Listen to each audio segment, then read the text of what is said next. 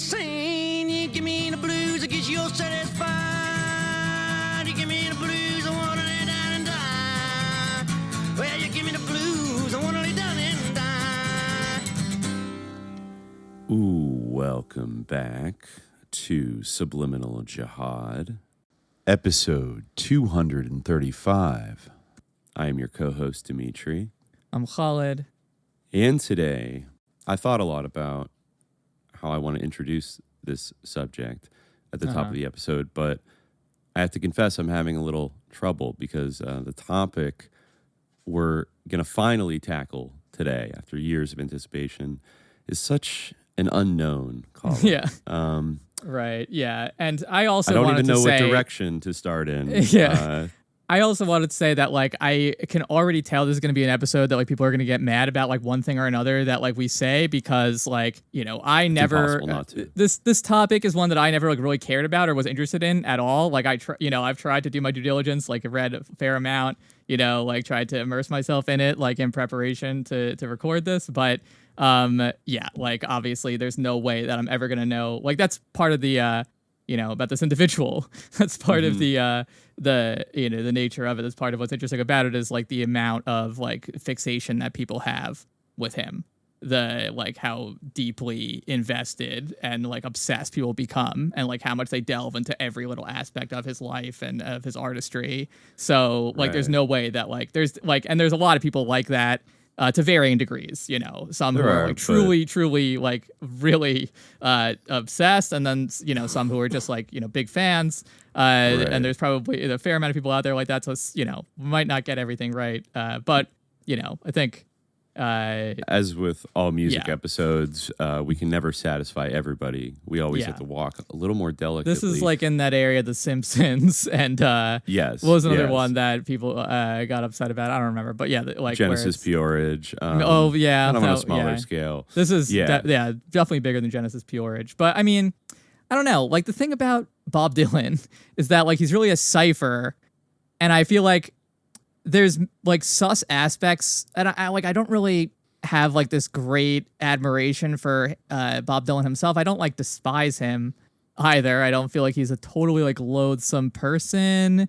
I feel like really what, if anything, like, you know, like, rankles me about Bob Dylan, or, like, is, like, a thorn in my heart about him, it is like the phenomenon around him, because I feel like there is some, like, need that people had that, like, kind of swirled around this personage for some reason that I can't quite understand fully. Like, there's this sort of need. Anyway, we'll talk about it, but we will. But I agree with you that is, like, very much one of the most, like, intriguing aspects of Bob Dylan is, like, the mythology. He is almost like a patient zero for parasocial obsession. Yes, absolutely. In, like, 20th century media. I mean, the Beatles, you could say a little before him, but even the Beatles are a group. The Beatles kind guys. of had a parasocial obsession with Bob Dylan at a certain point, it seems like. If you, like, Like, I remember a while ago watching whatever it was, like, Get Back, that documentary about them, and they constantly were talking about Bob Dylan and comparing themselves to him. Mm-hmm. And yeah, I mean, that's the thing. Like, and I think that it certainly had an effect on him, you know. It puts, like, I think we mentioned on the show before how at one point he, like, compared himself to Lee Harvey Oswald, like, right in the aftermath of JFK, and he was like, I understand him or whatever, but I get it in a way. Like, he was kind of like a patsy. He was kind of, like, set up to be this person that, like, no one could have been, and certainly Bob Dylan wasn't. No. You know, that is fascinating about him. And I mean, it is, like, a part of the most popular lore, and we're kind of in a high tide moment of it right now. Yeah, right. That's kind of the message of a complete unknown, basically. Is that he just had to refuse, like, no, I'm not your voice of a generation. And that is something that, like, it is interesting about Bob Dylan. On the one hand, he seems to, or he, like, his art, his music, like, creates a reaction in people back since the 60s that can easily kind of verge on, like, the obsessive and people just wanting, like, every bit of him. And he has always been pretty kind of put off by that. And at certain points, almost, like, obsessed with getting away from that, like, running away from that and not being it. And so much of his career, I would say, from like the late 60s onward, is like these series of almost like tactical maneuvers to sort of like shake off his audience a little bit or create distance from them and not give them exactly what they think they want from him. And sometimes up to the point of like he almost seems to have like kind of contempt for people that like really like love him. And definitely he does. Definitely. Yeah. Yeah. He does the classic Jon Stewart, like, whoa, I'm just a comedian. Like, whoa, I'm just a singer. Like, I'm just a singer. You guys took this too seriously. But it is true, though. It's like he's not wrong about that. And it is, I don't quite understand. I think, like, there are people around him, like, you know, like Joan Baez, who are, like, kind of really into the movement. But I don't really think that he, like, you know, and like left-wing politics. And I think he was to an extent, I think in the way that like especially any young person, you know, before they become jaded by the world or whatever, you know, their heart goes out to the oppressed. People, you know, not even just young people. Before they turn like, 25. Exactly. They're very passionate. But, you know, but I don't think that he ever like was really like committed to that in the way that people around him were or that people imagined him to be. I believe him about that. I believe that like the real thing that excited him. Like he did participate in things as, you know, the biopic will and every documentary will show, you know, he played at the March on Washington. Right. He kind of, you know, he would make himself available to different of these kind of like activist groups. You know, particularly around the civil rights thing. But then, you know, in the early 60s, there were a lot of his songs that you could not be faulted for thinking, oh, this is about the Cuban Missile Crisis. This is about the Cold War. This is about the Talkin' John Birch Blues, like, you know, Paranoid Blues, which famously, I think it was Ed Sullivan, wouldn't let him play on TV and Bob Dylan stormed off.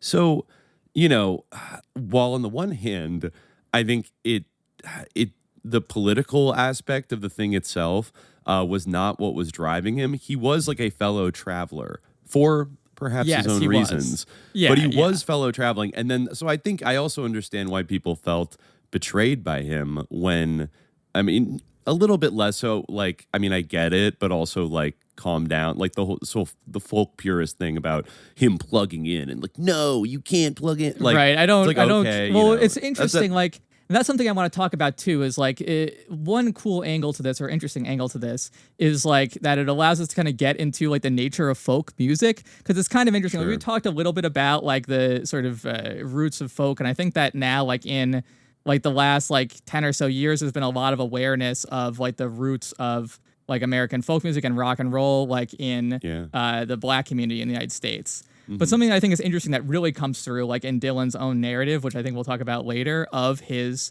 like you know, interest in his youth in folk music, is how folk music also like has a reactionary dimension to it.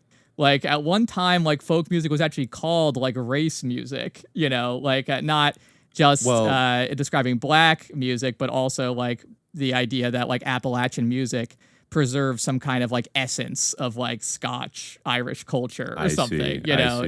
Like a lot of the early folklorists and ethnomusicologists who were very much involved. Like, in fact, or I think it was back in our Creedence Clearwater Revival episode where we talked about Alan Lomax and that recording he did of Levy Camp Holler. Right. You know, he was Dylan in Chronicle, his autobiography, which contains a lot of like made up crap that I want to talk about later on, and like, but also some nuggets. Give some insight into him. Yeah. Like even the made up stuff. I think almost some of the made up stuff or the seemingly made up stuff gives more insight than a lot of the into him than a lot of the factual stuff. But anyway, he talks about having been at like parties, you know, hosted by Alan Lomax and things like that, and like even Charles Seeger, like Pete Seeger's father, was like a Harvard trained ethnomusicologist, you know, who was like, you know, left wing, but that legacy of all those people, you know, like who's a good example of like some of these, you know, old like folk, like the Carter family,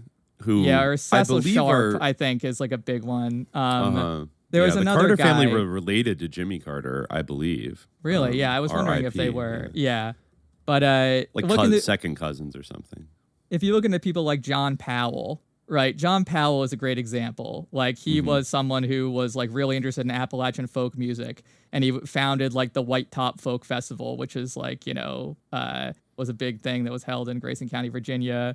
He, you know, was a huge influence. In fact, he has kind of like a I read somewhere that he had some kind of hall named after him, but it had to be renamed because the thing is, even though he made all these contributions to folk music, like part of the reason for his interest in that was that he was like a super, like, you know, very committed, very passionate, like racist, and he like, you know, believed in like strongly in segregation and things like that. So like that was, you know, definitely a strain. Of course, it's like bullshit, like and.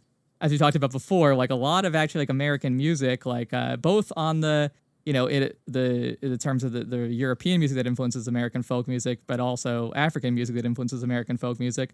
A lot of that is kind of mediated by Islamic culture, we've talked about before, and that's why we mentioned Levy Camp Holler. I remember before. the call to prayer and Levy Camp Holler, of course. Yes, exactly. Yeah.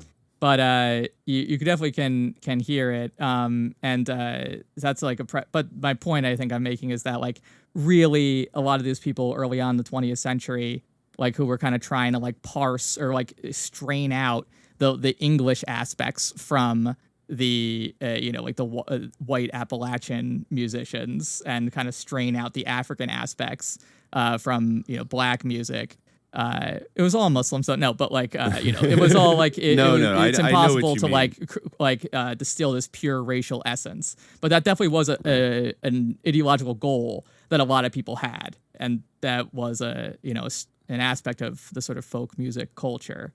So it's interesting that it did become kind of seen as this sort of left wing force, right? I guess it was the idea that it could shift from being about like the Volk, or like the folk in the sense of like the racial people, to being about like, you know, the workers, to being like about the proletariat. Like the sort of the post FDR American national identity, which, you know, still like, you know, America's a very young country, and of course it does have its history, but at the same time you are looking at, I think that's what you saw like in the 50s and into the early 60s, in this milieu that Bob Dylan kind of jumped into as a young man, that there were all these figures that wanted to sort of craft the sort of a kind of new American identity, but like rooted upon, you know, actual sort of things in American history, that they're sort of rummaging through the attic of like American history and finding all this like marginalia and stuff. And then in some cases, you know, trying to sort of resurrect it, put it in a new context, and then in some cases politicize it and use it as a kind of like a soft power kind of cultural influence thing. And when we get into some of the people, you did mention that Pete Seeger's dad was like a musicologist, and I believe Dylan says in his book Chronicles that like Pete Seeger is actually a Mayflower descendant.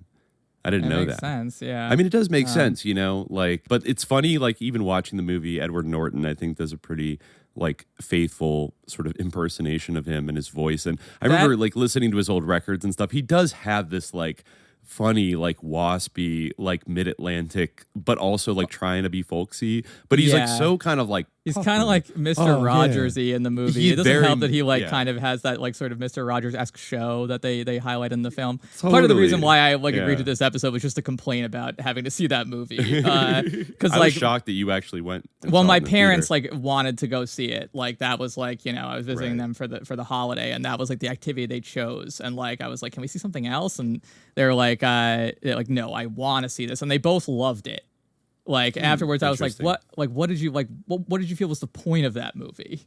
Like, you know, and he's like, what? They were just like, well, you know, I think that he did a really good job. Like, and I like those songs. Like, that was basically what it was like, you know, like. Oh, well, there was plenty of that for everybody, because the movie is like 80% songs. Which, it was just Timothée Chalamet doing like a pretty good Bob Dylan impression. Yeah. Credit where credit's due. I guess he had 5 years to prep for it, because the movie was announced in 2019. But he's strumming, you know, and he got pretty good Dylan voice, like impression and everything. I think they did put him on a nose prosthetic, which actually, you know, I didn't notice. It was subtle. Nor did I. But you know, seeing that movie, I had to watch it on a redacted version I found on the internet last night that was kind of shitty quality, but I just wanted to see like, what are they doing? Because I watched so many documentaries as we prepped for this deep dive, and I developed a kind of like, it almost started like melting my brain a little bit we've talked about this before, like the mythologization of 60s boomer rock stars. And even I think recently we brought up, probably in the Biosphere episodes, like that style of like 2000s vanity documentary where they've gotten a little better. They've gotten a little more polished at making them now most of the time. But you can really see it in the 2000s when everyone's like shooting on digital cameras and using like Final Cut Pro presets and stuff. Yeah. But we watched a hilarious one by like God. Chris Gilbert, who's like, I guess, a big InfoWars guy. Joel Gilbert. Joel Gilbert. Gilbert. Yeah, I'd like to get into sort of how he ends up sort of intersecting with the Dylan universe a little bit later. Those movies are like multiple films. He actually started his career, this guy Joel Gilbert. Yeah. Some people might be familiar with his other work, like Paul is Really Dead, The Last Testament of George Harrison, I think is the title. Atomic Jihad, Ahmadinejad's Coming War for the Islamic Revival, and Obama's Politics of Defeat. Dreams Farewell, from My Israel. Real Father, Yeah. which, I think gets into the Frank Marshall Davis theory about Obama's parentage, and et cetera. And has been a frequent guest on InfoWars. That's just one example. But even when you go, I think I watched most of the Scorsese documentary from 2005. I watched that 2006. too. I skipped through a lot. I skipped through the songs because I thought Right. the songs on that were just unlistenable. That was that also contains like a lot of fiction in it, right? Sure, that actually Rolling has Thunder Bob Dylan review. interviewed in it. Yeah. And Rolling Thunder Review, the last thing I watched last night, real deep cut, but I think is actually pretty interesting. And I actually didn't appreciate how hard this was to find. But the late 1970s, like part documentary, part concert movie, Ronaldo and Clara. Did you get to watch any of that? I never watched it, no, but I read a little bit about it. Yeah, I was tortured because like I tried looking for this online. You might be able to get like a DVD of it for like $40 or $50, but it's really not streaming anywhere. And there's one YouTube account that uploaded the first half. It's like 3.5 hours long. It's very long, but it covers the Rolling Thunder Review kind of era. And somebody uploaded like the first 2 hours of it, and then like is like, oh, now I'm gonna upload part 2, but that was like 5 years ago, and they just never uploaded part 2. So you really can't find it. But I do remember, because Khalid, I had to confess, in high school, I had a pretty strong Bob Dylan phase in high school, like junior, senior year, where I was really vibing with Bob Dylan. I got a lot of his CDs and was like very fascinated by the guy, his mystique. Kind of, took me in for a while. And this is also really around the same time. Like I'm wearing my Moe's Books shirt today. And, I would go over there and that's where I would get, Kerouac books and Ginsberg and Hunter Thompson and read about this crazy era in the 60s, which, felt an awful lot like the early 2000s, where you got a warmongering president, you got a lying media, you got, you know what I'm saying? Like there's injustice going on. And wow, back in the 60s, this guy Bob Dylan was writing these crazy kind of like poetic apocalyptic songs, and then he started rocking out, and that was cool too. But anyways, I ordered I ordered a DVD of Ronaldo and Clara, I think in 2004, and I think I watched it once like with my friend, and it was like really long. So I always had like vivid memories in the back of my head. It was a very strange film.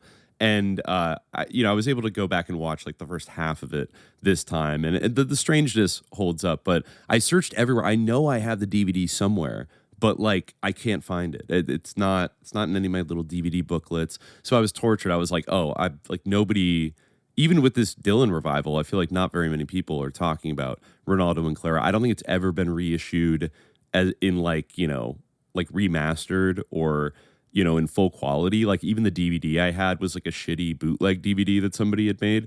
So, but it is kind of ambitious. And honestly, it's maybe has like the most like real, even though it's sort of like their play. It's honestly got like Dime Square, like half-assed Dime Square movie vibes, honestly, a little bit. It's like, what if us and our friends like kind of made a movie, but like we're all kind of acting and just doing scenes on the fly. And there's like 10 minutes of like concert footage, and then there's 10 minutes of like Allen Ginsberg doing a weird ritual, and they all look like they're on acid. And then it just like jumps around to like a weird documentary of like a preacher on Wall Street, like screaming, like waving a Bible, and then cutting to like a carnival. It really gets into that Dylan, like, I'm just a carnival man. Like, Yeah, like exactly, this weird, right. like post-war, like Mark Twain kind of universe Yes. that, just like we talk about Fogerty's Bayou, I feel like Dylan kind of has this like weird Americana dreamscape that most of, if not all of his songs are sort of written within the universe of. Would you agree to some extent? Like, Yeah, like definitely. And that's like, I mean, I kind of want to like talk a little bit about like Dylan's. I mean, as we read, like, I think it might be good to start with Chronicles, but I think it's interesting to talk about like his, I guess, like conceptual universe right. because like I think that is like it, interesting. Like, and you kind of talked about like a little bit about like the sort of I guess like the wasp element of it, but it's like even more than that. I feel like he has like a deep fascination with like, for instance, in Chronicles, like he goes on for a really long time talking about like Clausewitz and like reading he that loves like Clausewitz, yeah, and like how like what an impact that book like made on him, and also like he loves like he says he read Thucydides' book, a quote unquote Athenian General, which is like not a real book. Like, but he does also like he's constantly talking about ancient Greece and Rome. Yeah, but like looming over all that is like sort of a fixation with like the Civil War and Yeah. like the Old South. I Yeah. feel like that's like really what, and that, I guess it's sort of that kind of Gone with the Wind thing, like a time of knights and ladies and masters and slaves, like this sort of lost cause nostalgia. That is kind of like baked into this romantic energy or this, romantic fascination that he has. Like, I think it's like tied up deeply with what like appeals to him with about folk music is his like attraction to these sort of like genteel, like monarchical figures almost, right? Like he says of Mike Seeger, like you were just talking about, that he had a quote chivalry in his blood. Right? Like, which is an interesting way of putting it, right? Like he says, like some figure from a restored monarchy, he had come to purify the church. You couldn't imagine him making a big deal out of anything. Yeah. Yeah, he's like, he's always running into these sort of characters. I mean, especially when he moves to New York, and they're kind of larger than life. Yeah, he says like about the way he describes Pete Seeger in the very opening of his book. Pete had been around for years. He'd been in the popular folk group, the Weavers, but had been blacklisted during the McCarthy era and had a hard time, but he never stopped working. Hammond, we'll get to him in a minute, was defiant when he spoke about Seeger, that Pete's ancestors had come over on the Mayflower, that his relatives had fought the Battle of Bunker Hill for Christ's sake. Can you imagine those sons of a bitches blacklisting him? They should be tarred and feathered. right. Yeah. It is interesting that Hammond, John Hammond, his the man who discovered Bob Dylan, but who is, I'm pretty sure, erased from the movie and honestly not brought up in like a lot of biographies about him. Anyways, yeah, we'll talk about John Hammond, like very important figure in making Bob Dylan, like giving Bob Dylan like the opportunity to become Bob Dylan in the first place. And I think he had his own interesting kind of valence and what he was trying to do with folk and some of these genres of quote unquote race music. But yeah, the Dylan imaginary universe, like it is this kind of like pre and post, ante and postbellum kind of vision of America, very kind of Mark Twain-esque in some respects, very obsessed with like both the frontiers and also like the old aristocracy. Yes. Which is interesting for a kid, as most people know, who does not have like the deepest American roots. Like he's really kind of representative of that like later wave of European immigration in like the late 1800s, early 1900s, right? Because he's it's he's very basically interesting. like Actually, a Jewish immigrant. He says that family. his paternal, or was it his maternal? Yeah, I'll look it up in the book. I forget exactly what it was, but he's like Turkish. Or He is, yeah. Yeah, he says originally his grandmother had come from Turkey, sailed from Trabzon, a port town across the Black Sea, the sea that the ancient Greeks called the Euxine, the one that Lord Byron wrote about in Don Juan. Again, like you can kind of see, he talks about Don Juan a lot in Byron. Her family was from Kagizman, a town in Turkey near the Armenian border, and the family name had been Kyrgyz. I was like, interesting. My grandfather's parents had also come from that same area where they had been mostly shoemakers and leather workers. So it's interesting. I guess he's like, his family were like Ottoman Jews, both sides of his family, I guess. Yeah. I'm wondering like if he was like Donmet, but I don't think so. I think that they were just sort of, normal Ottoman Jews. It didn't cross my mind, but you know, his family, I think it was his grandparents all emigrated from like Eastern Europe and ended up in Minnesota. In Hebbing, people are gonna get mad at me. Hebbing, Minnesota, which is near Duluth, in the Mesabi Iron Range. Hibbing, sorry. Yeah. You're right. Yeah, in the Mesabi Iron Range, where, you know, he grew up in kind of like typical small town, kind of like post-war America, pretty rural. But his family was very like, you know, he obviously like, and if you know anything about Bob Dylan, you know that he like made up stuff about his past and like obfuscated things. But one thing that's definitely true is that like he, you know, and like when people would say like, oh, you know, because his music was so prophetic and how these profound images and things like that, people were like, oh, did you ever? I watched that documentary, Don't Look Back. Kind of like a sort of a concert film, like from, you know, very early on. D.A. Pennebaker, right? Yeah. You see Joan Baez and stuff. You know, he like one of the interviewers who talks to him during that in that documentary. She's like, "Have you ever read the Bible? What are you talking about?" And he's like, "I don't know. I glanced at it or something like that." But like, I mean, he was like a bar mitzvahed Jew. Like they were like his family was very involved in like the Jewish community in Hibbing. So like one article said that known, I think he did he break like attendance records at what it was like the local hotel or something when they booked his bar mitzvah there. Yeah, like it was the biggest crowd to come out. Yeah, like his family definitely were big in it. There was that one writer who wrote Bob Dylan, Poet, Prophet, Mystic, I think it's called. It came out. Bob Dylan, Prophet, Mystic, Poet, excuse me, by Seth Rogavoy, who has written a lot about like, I think some of his readings are a little bit tendentious, but there's something to it.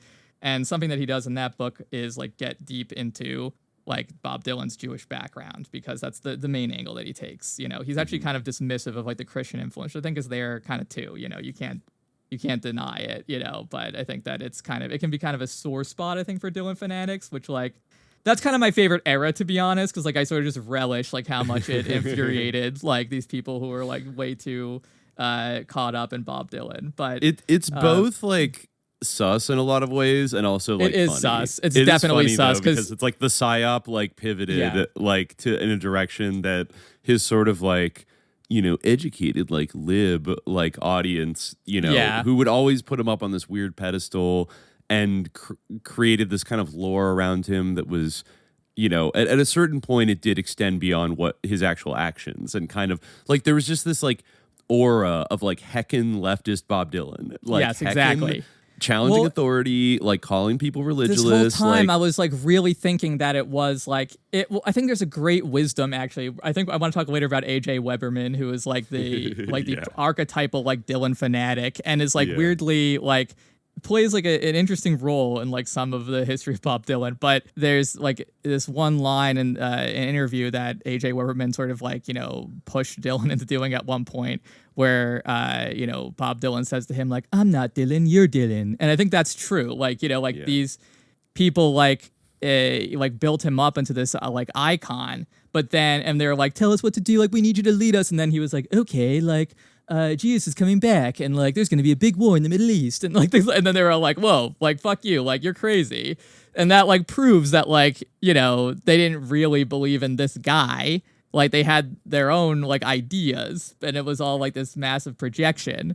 But like they, I guess, and he was vague enough to like that. Like that's really what I think. That's what I wanted to say about like ingesting all of this media is like the tactical vagueness of Bob Dylan is like really staggering, and it's staggering how many people that try to like cover him sort of like can't get outside of it, and they just end up like, even look at the titles, like they're all usually from like Rolling Stone, a song that I might be good to do a deep dive on a little bit, especially Weberman's theories about it. But like A Complete Unknown, No Direction Home, I'm Not There. Like, you know, he's just like a specter. Like he's not, there's something like immaterial about him that you can't pin down, and you never know where he's really coming from. Well, but some people love that because then they can kind of project. Like you could kind of look at it, what he's doing as a kind of performative irony as well, of like staying a little bit, but like a cool detached irony, like less so than like the crazy hippie, you know, freaks, but like still a kind of like detached and like, oh, I'm dressing like a cowboy. No, he's now. definitely like an Nashville ironist, records. and he definitely has a sense of humor. Like I have to like one of my Yeah, there's definitely he definitely has like a sense of humor, and like I laughed like at a lot of parts in his like autobiography. And like yeah, he definitely is funny. He definitely is an ironist, and I think yeah, like that's something that's so needs to be appreciated. But like there's two aspects. Like first of all, yeah, I think you're absolutely right that like the same phenomenon where people like. I was talking about this just last night, like as you know, I was sort of working through my thoughts about this, like this episode, talking about how we're going to record it. Like, what is it about like people like want so desperately to be led by entertainers, you know? Like, and it is interesting, like, but I think in a way, like Bob Dylan, he talks about in his book, and I believe him about this, that he had wanted to be like a general. Like he wanted to go to West Point like originally, but his parents were like, no, like you're not, you know, you don't Actually, have the his right dad genetics for that. Yeah. According to his dad had a great line is like, that's for people who have a Day or a Vaughn in front of their name. Yeah. Which is funny who would end up sponsoring him ultimately, but maybe he kept that lesson in his back pocket that certain things are gate kept, right, in America. Yeah, but I mean, he also, I think, but that, like, you know, the kind of mysterious character, like he talks about in this whole like we're talking about his conceptual universe, like he talks a lot about like listening to the radio, like The Shadow, you know, like, and hearing like folk songs for the first time and country songs, and like that's what he seems to like hook into the most, is that there's like a great character, you know, like this sort of larger than life person. You know, and of course, like one of the most larger than life and most mysterious characters is Jesus Christ himself. But you know, like, and that, but that I think is he kind of modeled himself in that image of that type of person. And what in terms of Chronicle, one thing I definitely want to highlight is like this character. I guess you should really need to call it a character, like of Ray Gooch, who, as far as I know, is not a real person, but is, I think, very expressive of something very interesting. That like the very fact that Bob Dylan, if this person is in fact invented or is like a composite or something, like it's still like very telling. I think it's almost the most telling if it is totally invented. I mean, I don't think it is. I think it's probably like a pastiche, but it's got to be to highlight. Yeah, the Ray Gooch thing, because I looked into it. It was some of the most interesting parts of the first part of the book. Is definitely. Like allegedly this guy that he happened to meet and was crashing at the like palatial apartment. He lives in like a Hogwarts house where there's like hidden doors and all this stuff. Like you know, and, like, it's got a like little this amazing spooky library. And this guy, like, it actually hadn't occurred to me. I knew he, like, flubbed certain things in the book, but it actually hadn't occurred to me until just a minute ago when I was, like, trying to Google more information about Raymond S. Gooch. That is this guy, did he just make this guy up as, like, a composite out of whole cloth? Because if he did, I don't know, it's almost more weird because this is a very strange character, but not so strange that, given the other people that were floating around, not so strange that he, like, wouldn't exist at all, that it's like totally outrageous. So there might have been somebody based on him. I don't know. Yeah, I mean, I did read that like Bob Dylan actually insisted on there being like something that was like completely untrue, like inserted into the recent movie. It was the Suze character that Elle Fanning played. I read like a clickbait article, like the touching reason why, like the one touching like demand that Bob Dylan had for the movie was that he felt, I guess she's the girl that's on the, you know, the cover of like Free Will and Bob Dylan, right? Yeah, and they had an on and off again like romance throughout the 60s, and she was kind of his muse and everything.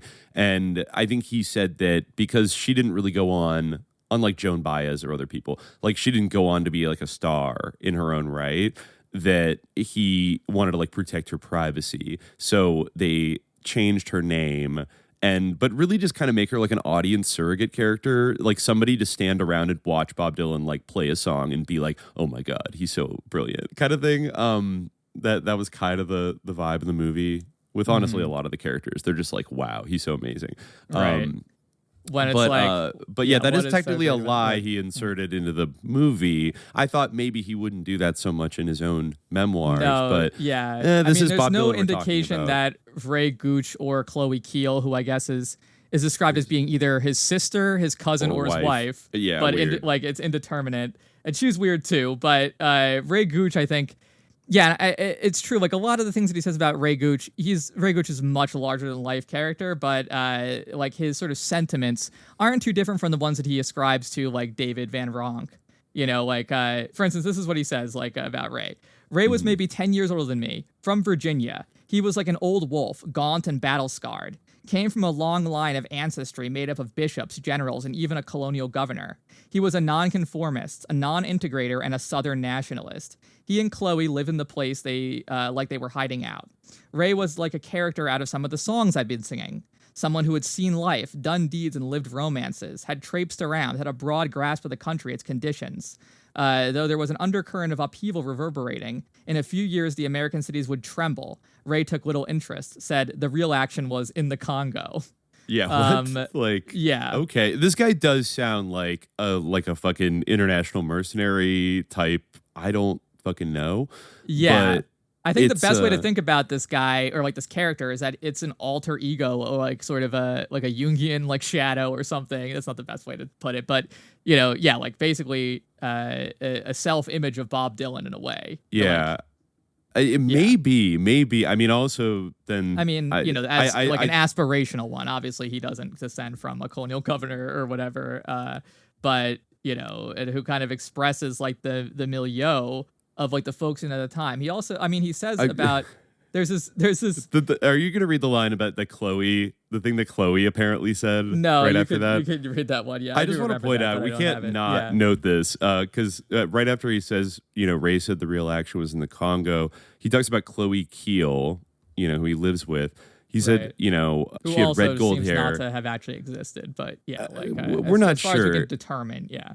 Right. I mean, this does sound the like one a other character. reference I found to Ray Gucci. Let me read it. Like, go ahead. So she allegedly worked as a hat check girl at the Egyptian Gardens, a belly dancing dinner place on 8th Avenue, and posed as a model for Cavalier magazine. She said, "I've always worked." They lived as husband and wife, or brother and sister, or cousins. It was hard to tell. They just lived there. They just lived here. That's all. Chloe had her own primitive way of looking at things. Always would say mad stuff that clicked in a cryptic way. Told me once I should wear eyeshadow because it keeps away the evil eye. I asked her whose evil eye, and she said, Joe Blows or Joe Schmoes. According to her, Dracula ruled the world, and he's the son of Gutenberg, the guy who invented the printing press. What? Dracula ruled the world. I was just, okay. I don't know. She thinks Dracula ruled the world. For access to the full-length episode, subscribe to the Hour of Frequency at patreon.com/subliminaljihad. In the beginning, long time ago.